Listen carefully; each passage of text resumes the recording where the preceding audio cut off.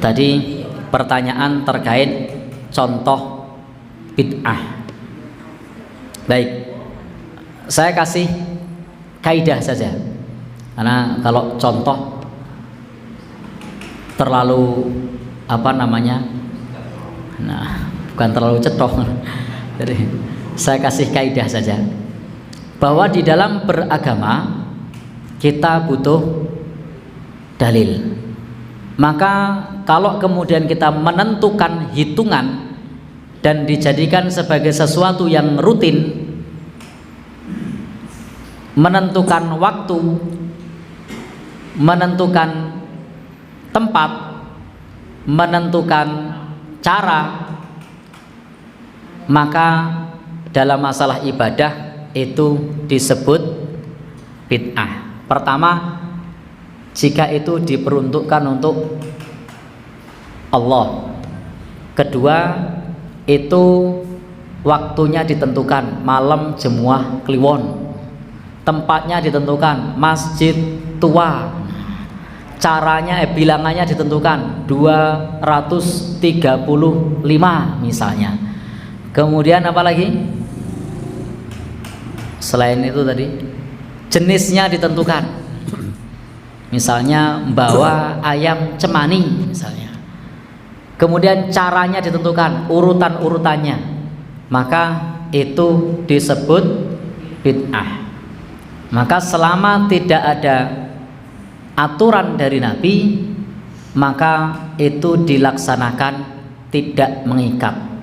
Boleh tidak kita baca tahlil? Silahkan, bebas, pagi, siang, sore.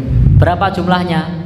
Sak kesele, bebas, tidak perlu ditentukan kecuali ada ketentuannya. Setelah sholat ditentukan tasbih 33 ya 33, takbir 33 ya 33. Waktunya kapan? Setelah sholat. Jadi sudah ditentukan waktunya, ditentukan bacaannya, ditentukan urutannya, ya sudah kita ikuti dari Nabi. Tetapi selama tidak ada ketentuan, maka kita tidak perlu kemudian membuat aturan yang menyerupai syariat. Maka Imam Asy-Syatibi dalam kitab Al-Iqtisam itu menyebutkan bahwa bid'ah itu sesuatu ibadah yang menyerupai syariah, padahal itu bukan dari syariah. Ini berbeda dengan status muamalah yang diniatkan karena Allah, itu nilainya ibadah. Jadi beda antara ibadah dengan yang bernilai ibadah. Kalau yang bernilai ibadah itu semua muamalah yang mubah diniatkan lillah, nilainya ibadah. Makan, niat lillah, nilainya ibadah. Nyangkul karena Allah, nilainya ibadah, tapi dia muamalah. Tetapi kalau sesuatu yang sifatnya ibadah, apa toh ibadah itu?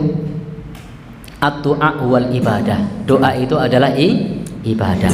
Di situ menggunakan formasi doa atau zikir tertentu dengan racikan tertentu, maka itu adalah ibadah dan itu butuh dalil. Berbeda dengan muamalah tadi. Muamalah itu segala sesuatu yang mubah itu tidak dilarang oleh syariat, maka diniatkan karena Allah, nilainya ibadah. Berbeda dengan sesuatu yang sifatnya zikir, yang sifatnya doa, maka selama tidak ada ketentuan, kita tidak perlu mengikat dengan ketentuan.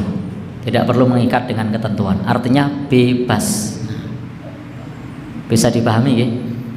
Nah, baik, intinya perhatikan tadi niat, bilangan, tempat, waktu, jenis, cara. Nah, itu dilihat berdasarkan dalil. Apa tadi? Niat, waktu,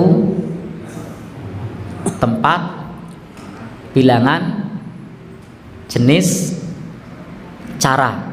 Selama tidak ditentukan caranya, berarti caranya bebas. Selama tidak ditentukan waktunya, berarti waktunya bebas. Selama tidak ditentukan bilangannya, berarti bilangannya bebas. Selama tidak ditentukan jenisnya, berarti jenisnya bebas. Sedekah ditentukan tidak jenisnya? Tidak. Maka sedekah ini bebas apa saja, tidak harus gedang rojo misalnya. Ini bisa apa saja. Kemudian waktu tidak perlu ditentukan. Silahkan kalau rezeki lapang. Jadi jangan ditentukan dengan apa hari-hari tertentu. Tapi kalau waktunya sudah ditentukan, jangan diganti. Akikoh waktunya sudah ditentukan, malah diganti, gitu. Yang waktunya tidak ditentukan, malah bikin waktu sendiri. Apalagi sholat waktunya sudah ditentukan, subuh, pagi. Wah ini nek aku mangkat nang pasar jam 2 aku subuhnya sibuk iki. Lah aku sholat tak tengah wengi, boleh ndak?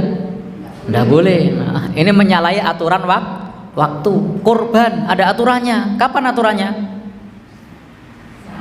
Pada saat hari raya. Wah tanggung nek saiki tak bagi-bagi ngono oke sing do duwe. Sesuk lah ngenteni sasi sedeng dontek. Lalu kurbannya sebulan lagi. Sah napa mboten? Boten. Kenapa? Karena menyalahi aturan waktu. Jadi kalau ada waktu ditentukan, ikuti aturan waktunya. Kalau tidak ditentukan aturan waktunya, tidak usah bikin aturan waktu. Kalau ada aturan bilangan, ikuti aturan bilangannya.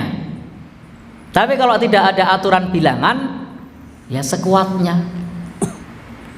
Bisa dipahami gitu? Ya, baik. Demikian yang bisa kita sampaikan. Mudah-mudahan bermanfaat. Wallahu a'lam bishawab.